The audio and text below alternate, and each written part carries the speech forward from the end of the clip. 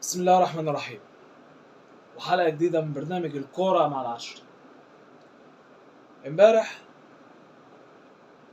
خسر نادي الزمالك من النادي الأهلي بنتيجة 4-1 في استاد القاهرة في المباراة الجولة قبل الأخيرة 33 في استاد القاهرة بحضور 3000 لنادي الزمالك و7000 للنادي الأهلي، مع إن الجمهور بيقول إن 3 هنا و3 هنا.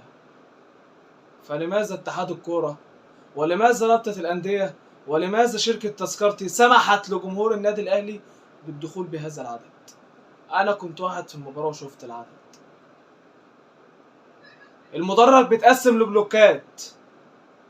جمهور الزمالك كان 3 بلوكات، كان في جماعة متنطورة، ولكن البلوك بياخد 1000. كانوا بلوكين مقفولين، والبلوك التالت بتاعنا نصه هنا ونصه قاعد هنا، يعني 3 بالعدد. والمقصورة الرئيسية ما يجيبوش 500 واحد ولا 300 واحد. اما في النادي الاهلي 3 بلوكات مقفولين، والرابع نص هنا ونص هنا، غير اللي قاعد في الدرجه الثانيه معرفش قاعدين ازاي، وغير العدد اللي في المقصوره يتعدى ال 2000 واحد. اكتر من 7000 مشجع للنادي الاهلي في الملعب، بل بالعكس صوت ال 3000 بتوع نادي الزمالك كان اعلى من صوت النادي الاهلي. وطبعا الاعلام بتاعنا ما كانش مصدر ده ولا كان موضح ده، ومش ده اللي خلى الاهلي يكسب ولا خلى الزمالك يخسر. عوامل تانيه. اولا اسوريو بدأ غلط، وخلينا مقتنعين ومتفقين ان هو بدأ غلط. ما ينفعش تلعب قدام النادي الاهلي واحد دلوقتي هو بطل دوري ومنتعش بالصداره وخلاص خد الدوري ولسه واخد افريقيا، تنزل تلعب قدامه مفتوح. انت الزمالك بس انت ما عندكش لعيبه. الكواليتي اللي موجوده عندك دلوقتي مش زي الكواليتي اللي في النادي الاهلي.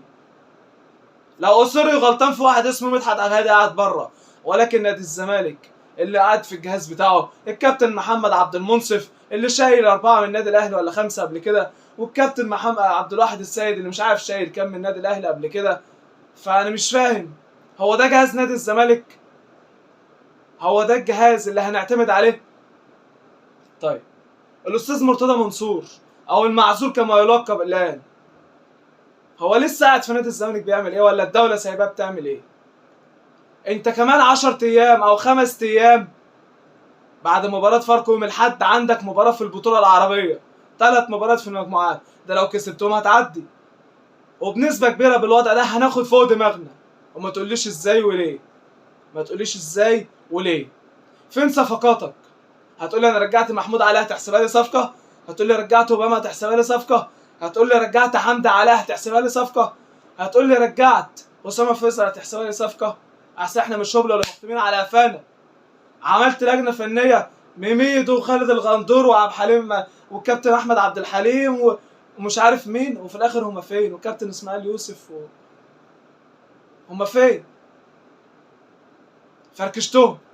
يطلع خالد الغندور امبارح في احد التصريحات، معرفش بقى على صفحته ولا فين، ما يلزمنيش على فكره، يقول لك اسوريو رفض اللعيبه اللي احنا عرضناها عليه. طب ما احنا كمان يا ابني، انا عندي كمان 7 ايام عندي ماتش في البطوله العربيه، هدخل من غير صفقات؟ هدخل بالصفقات الكسر اللي معموله ديت، اللي معمول فيها سبوبات زي صفقه امام عاشور اللي هجيلها دلوقتي؟ امين مرتضى ويحيى علي واحمد يحيى وحازم، انتوا في ايه بالظبط؟ في ايه؟ هو انتوا اللي هتحكموا في نادي الزمالك؟ هو انتوا اللي هتحكموا في نادي الزمالك؟ وللاسف قلتها قبل كده وهرجع اقولها تاني، اللي بيتحكم في نادي الزمالك هو اعضاء كرسي وشمسيه. اعضاء كرسي وشمسيه.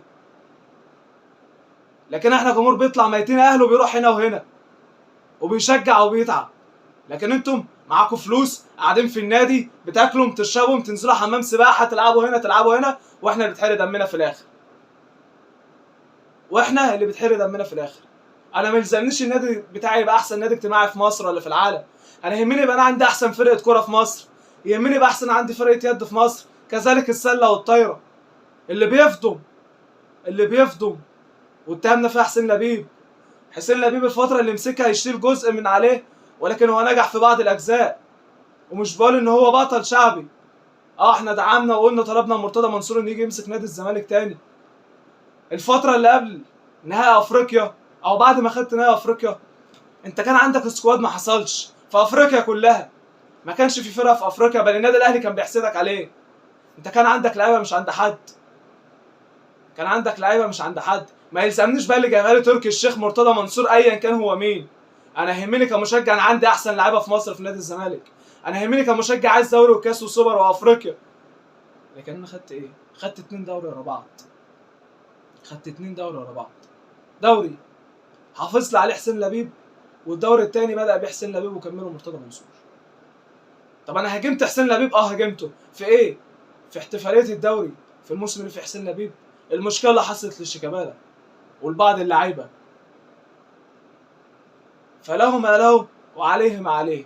نادي الزمالك محتاج رئيس نادي محترم، يعرف يعني ايه نادي، ويعرف يعني ايه كوره، ويعرف يعني ايه جمهور، مش سبوبه ومصلحه وانا ابني احسن مش عارف ايه وبنتي مش عارف ايه. ده نادي الزمالك مش نادي اشخاص، مش انتوا اللي بنيتوا النادي ولا انتوا اللي عملتوه. احنا اتولدنا لقينا نفسنا زملكاويه، بنحب الزمالك من غير ما ناخد فلوس، من غير ما نلعب، من غير ما نكون اداريين، من غير ما نكون حاجه. احنا يهمنا الزمالك، ما يهمناش اشخاص. احنا للاسف اتخدعنا فيك يا مرتضى في المره الثانيه. كلنا وقفنا في ظهرك ايام الانتخابات، وناس كتير كانت معاك، واللي معاك دلوقتي ضدك. وما تقوليش انت هتعمل الصح، انت دلوقتي معزول. دلوقتي معزول، معزول ومفيش نائب. والنهارده المحترم احمد دعبس قدم استقالته، كده 3 ناقص 2 كمان ويبقى مفيش مجلس. كابتن خالد لطيف اللي ضيع تاريخ جده وعيلته، كابتن جمال عبد الحميد اللي ضيع تاريخه كلاعب كوره. انتوا فين؟ انتوا فين؟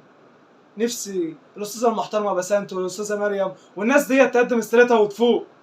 عايزين الدنيا تفوق لنادي الزمالك. مش بقول ان في لجنه تيجي تمسك، انا عايز انتخابات لنادي الزمالك.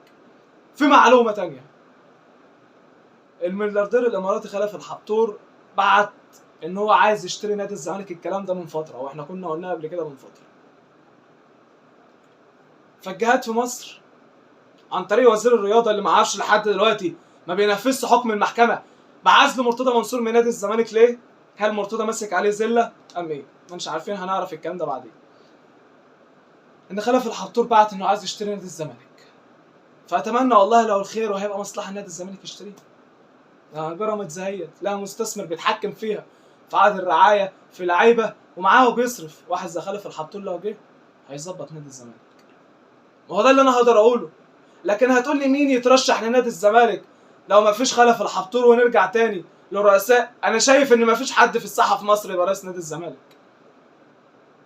مش شايف ان حد يبقى رئيس نادي الزمالك في الفتره ديت، او مانيش شايف ان هو هيقدر يعمل حاجه. فاحنا هوت والايام هيت هنشوف هيحصل انتخابات في شهر 10، ولا نادي الزمالك هيتباع، ولا مرتضى منصور لسه قاعد في نادي الزمالك.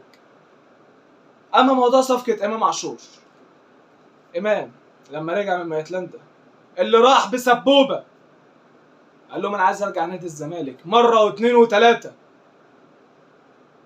يردوا يقولوا له ايه؟ خلص نفسك مع مايتلاندا وتعالى لنا.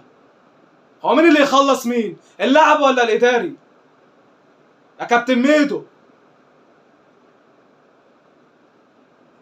مين اللي يخلص مين؟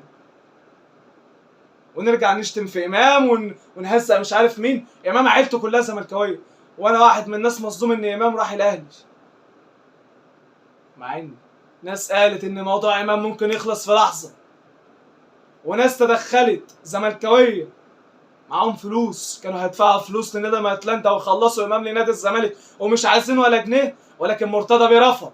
السبوبه هتضيع، السبوبه هتضيع. وامير بيه، امير عنده امام يروح الاهلي في فلوس هتيجي. ما هو للاسف مكسب امام عاشور في الصفقه مش هيروح لنادي الزمالك، هيروح للشركه بتاعت امين. فهو ده نادي الزمالك يا اخوانا.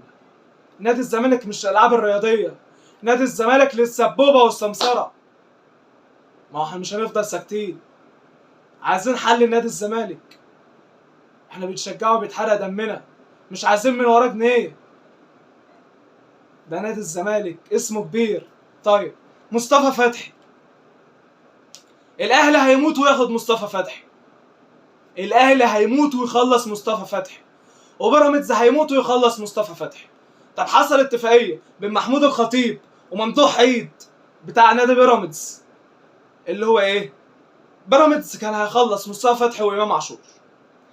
حصل اتفاقيه بين النادي الاهلي وبين ممدوح عيد ان انا وانت هتسيب لي امام وانا هاخد مصطفى. بيراميدز هتاخد مصطفى وده ياخد امام. ولكن مصطفى فتحي بعت لنادي التعاون وقال لهم انا راجع نادي الزمالك، يبقى مع التعاون يبقى مع نادي الزمالك، وموضوع نادي الزمالك يخلص في لحظه. ومصطفى فتحي كلم نادي الزمالك قال لك انتوا عليكم لكم فلوس هناك 400,000 دولار، التعاون ما بعتوش لكم، لسه 600,000 دولار يدفعوهم وخلصوني، ممكن تدفعوهم على مرتين وتخلصوني وارجع نادي الزمالك. مصطفى فتحي رفض نهائيا موضوع النادي الاهلي، والنادي الاهلي شال ايده. بيراميدز لسه بيحاول، والواجهه لمصطفى فتحي يا اما هيكمل في بيراميدز والراجل هيموت ويرجع نادي الزمالك. وللاسف ما عندناش اداره. عندك بطوله عربيه ولسه ما جبتش ولا لاعب. عندك الجزيري الفاشل نضاي السمسره سامسون اللي عامل زي التوكيل. فين صفقاتي؟ فين لعيبتي؟ انا عندي زيزو بس اللي بيلعب في الفرقه. فتوح اللي النادي الاهلي بيفاوضه، فتوح اللي جاله عرض برتغالي وهيبقى كوبري زي امام عاشور. فوقهم يا جدعان، ده نادي الزمالك مش نادي حد تاني. نادي الزمالك مش نادي حد تاني. الدولة لازم تتحرك، لازم ينفذ حكم المحكمة بطرد مرتضى منصور. الراجل جاله قرار عزل مرة واتنين، عملنا استئناف على الحكم وحكم ان هو عزل، ومش عايز بعد ما مرتضى يمشي يجي ممدوح عباس يخربها. انا عايز واحد يمسك نادي الزمالك عنده دم ويحس ان دي فرقة يصرف عليها بما يرضي الله. وعايزين بطولات يد وطايرة وسلة، عايزين ناخد افريقيا، عايزين نروح كاس عالم، عايزين يبقى عندنا احسن لعيبة تاني. احنا نادي الزمالك يا جدع، اي واحد يتمنى يلعب نادي الزمالك. انا بشرف ليا لابس التيشيرت وانا مش لاعب ولا اداري، انا مشجع. امال بقى مالك انت اداري ورئيس نادي ومدير تنفيذي واللي تبقى بالنسبه لك انت في نعمه ما انتش حاسسها. اقسم بالله انت في نعمه ما انت حاسسها. نادي الزمالك انضف منكم ومن اي حد. نادي الزمالك انضف من اي حد، مع احترامي لاي واحد والله. انا مش بقلل طبعا من جمهور النادي الاهلي ولا الاسماعيلي، ولا انا بتكلم عن الناس اللي بتمسك نادي الزمالك وبتخربه. مرتضى منصور قبل 2020 كان بيخدم نادي الزمالك بيده واسنانه، بعد 2020 بيدوس على نادي الزمالك بيده واسنانه. لما جيت اتكلمت على طارق حامد وابو جبل واللي كلنا وقفنا في ظهرك وقلنا اللاعب اللي مش عايز يجدد في 60 داهيه.